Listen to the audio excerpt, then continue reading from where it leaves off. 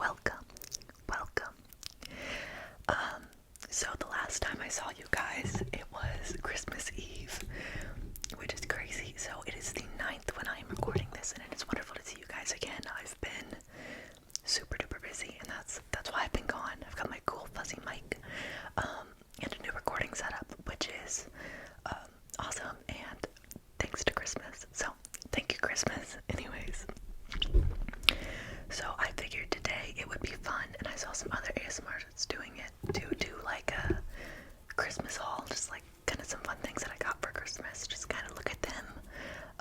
So I thought that would be really fun, and that is what we are going to do today. So to start off, we are going to start with this book. I figured we could do books first because those are, I don't know, I think they're cool. The first book we have is, also tell me if you've read these books before, please. Slaughterhouse 5. Oh, you can see my ring light in the reflection, sorry. This is Slaughterhouse 5 by Kurt Vonnegut. So you can tell it's kind of like it's a hardcover. But yeah, so Slaughterhouse 5. Slaughterhouse 5.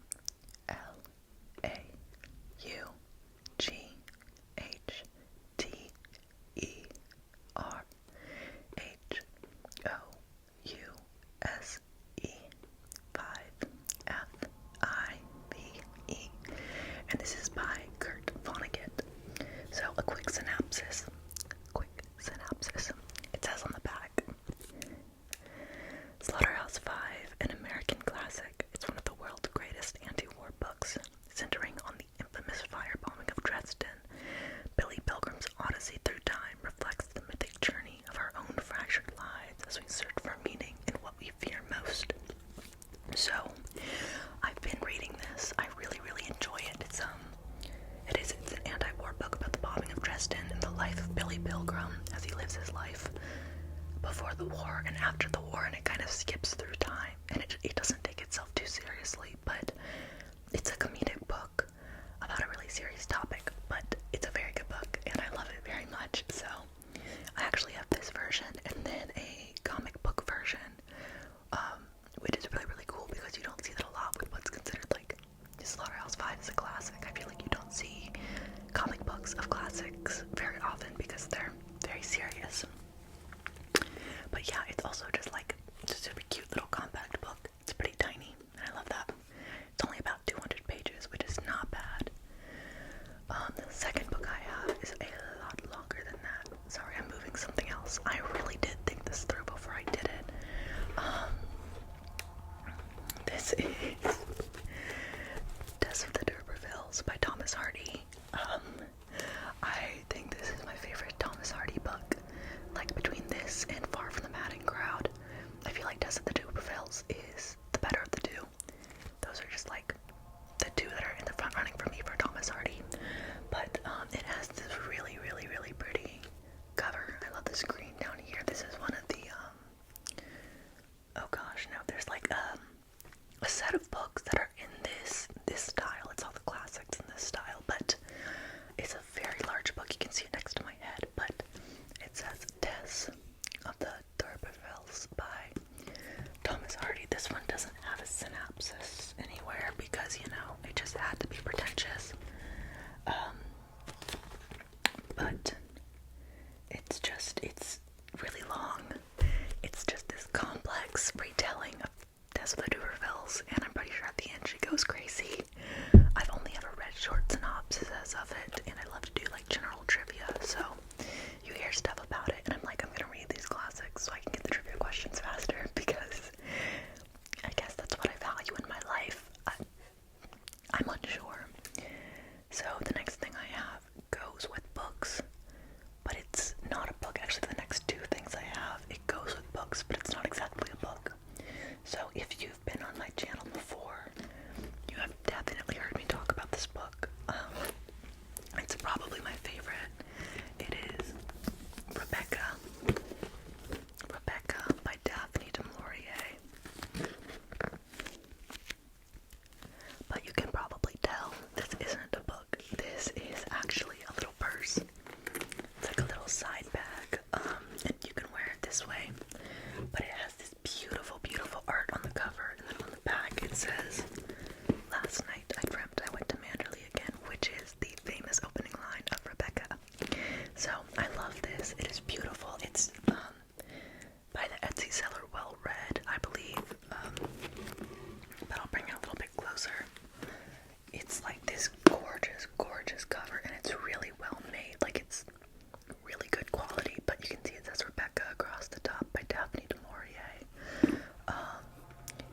it has the spine of the book, Rebecca, Daphne du Maurier, with the well-read logo down here. There's not a lot of space in it, but it's also a tiny little book, so I didn't really expect there to be, but it's magnetic.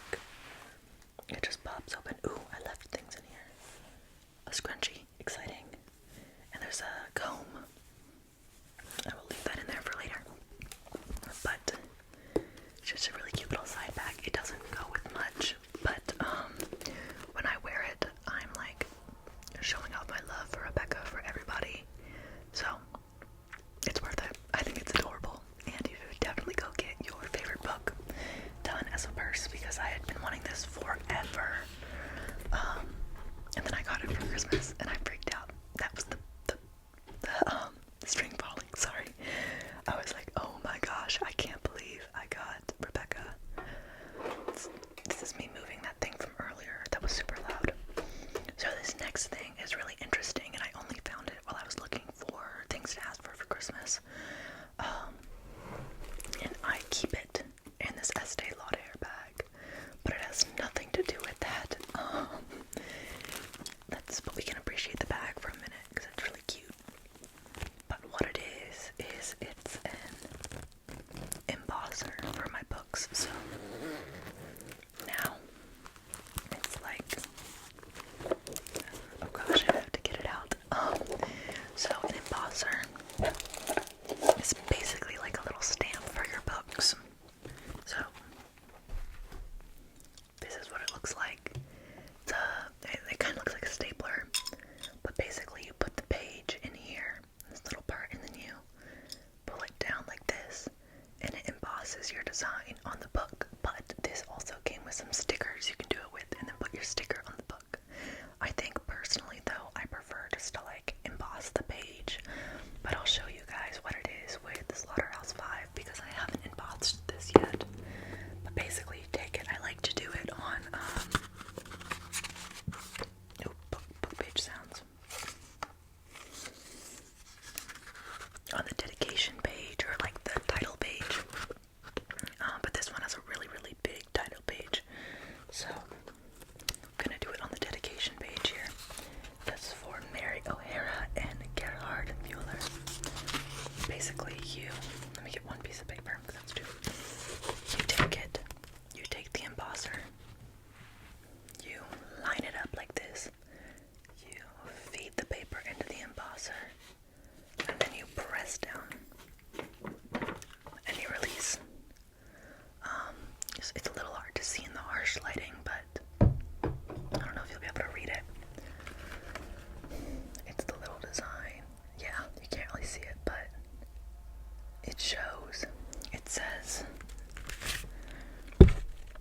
from the library of, and then my name. So yeah, it is really cool, and you can see my extensive bookshelf over here. I am quite the collector of books. I just thought it was a really cool idea to be able to emboss my books with my name and things like that. I thought that was really cool. So if that is a sentiment you hold, I think it's a really cool idea. And like if you have a birthday coming up or something, or you just have some extra cash, you should buy a book embosser because I feel so fancy. And then when I lend books out to friends, because I don't know about you, but like friends will ask me for books all the time because, you know, library right here. And I'm just like, yeah, sure. But then like they lose it or something like that, and I don't know. Or they'll be like, no, this one's actually mine. And I'm like, no, it's not. It has my name on it. See? It has my name on it. It can't be yours. It has my name on it. Anyways, now that I'm done going on a tirade about that, the next thing, it might be a little bit loud, but it is these Eco Tools makeup brushes. I'm just gonna go ahead and open it. It's being very loud, and I don't want to like destroy your ears. Might have just done it there. Jump scare. So they're these really cool eco brushes, and along with them, bonus, I put this perfume in there because it fit perfectly. But it is it's kind of steamy. The Heavenly. It's the Victoria's Secret Heavenly. It smells really good. This is just kind of like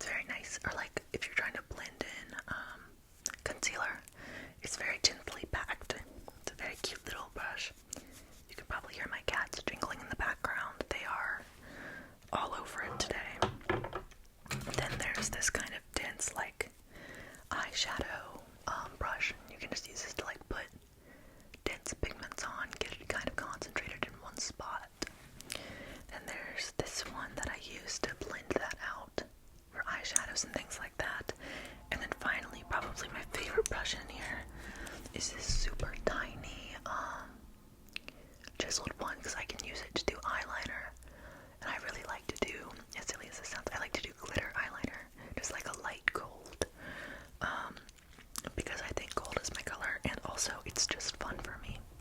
So, I'm trying to gently put these back. I like to do like a very soft glitter eyeliner with them, or like, I don't know.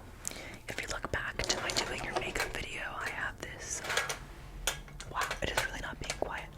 I have this, B foundation palette or something from ColourPop, and it is just fantastic, and all of the colors work really well with my skin tone because I am pale, but I have these really red undertones, and it works well together. I don't know how to explain it. So we're almost done with the vanities, and then we get into the fun stuff. Well, we've been in the fun stuff, but you know what I mean. So this next thing is something I've worn like pretty much non-stop since I got it. It's by Silvertail. We only make silver jewelry, which is odd because once again I think gold is more my color, but I love this.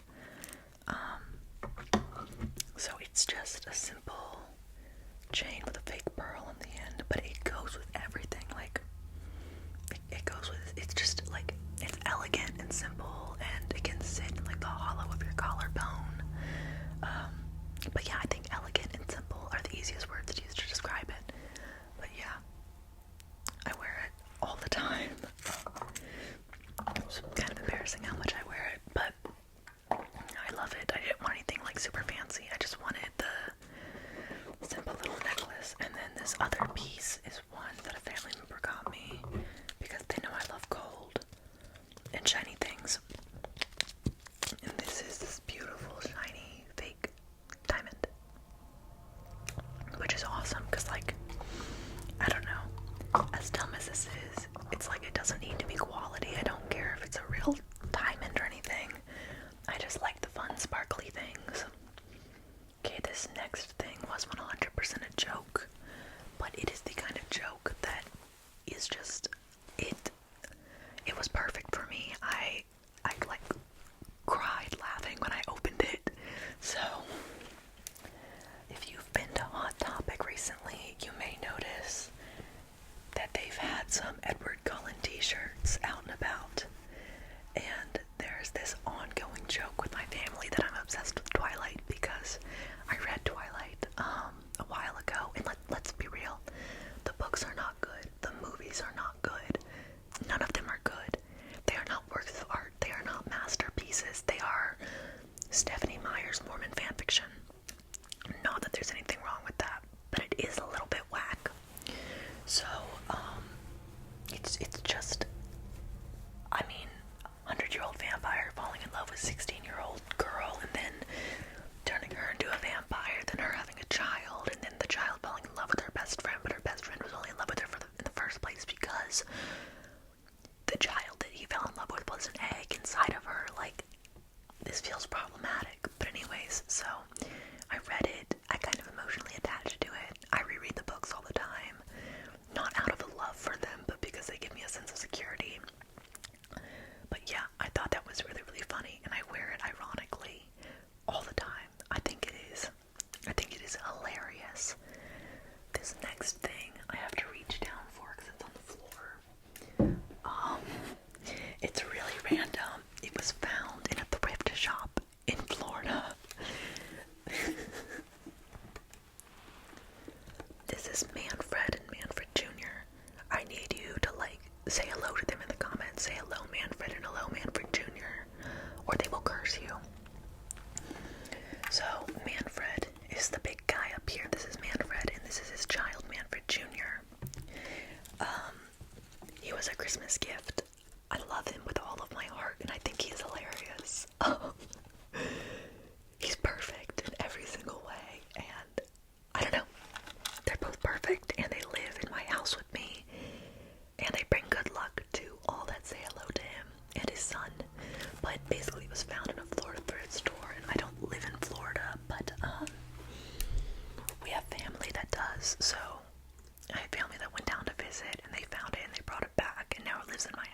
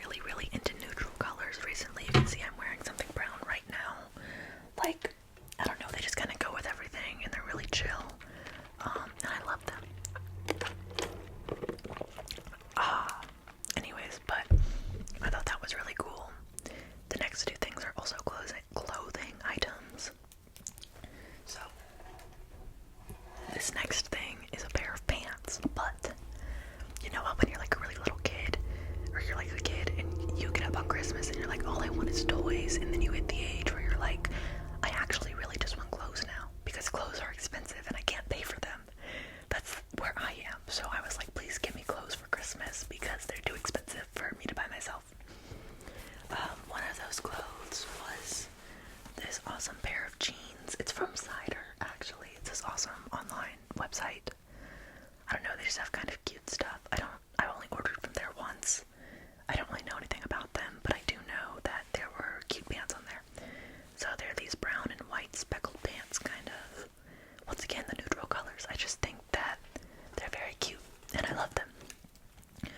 So, last but not least, very much not least, this just came in today. It was a late Christmas present to myself, but it is this cat sweater. It is this cat sweater, so if you guys don't know, I love cats. I have a bunch of cats. You can hear them in the background of my videos. I have a video with my cats. Like, they mean everything to me. They're my children, and I'd spend my entire life making sure that they are happy and loved. And this is just an adorable shirt. It's a cat sweater. It's got a little yellow cat on it. It's adorable, and I love it, and you should love it too. So, that's pretty much all that I have for us today. I've made my grand return to YouTube. I'll be here for a little bit.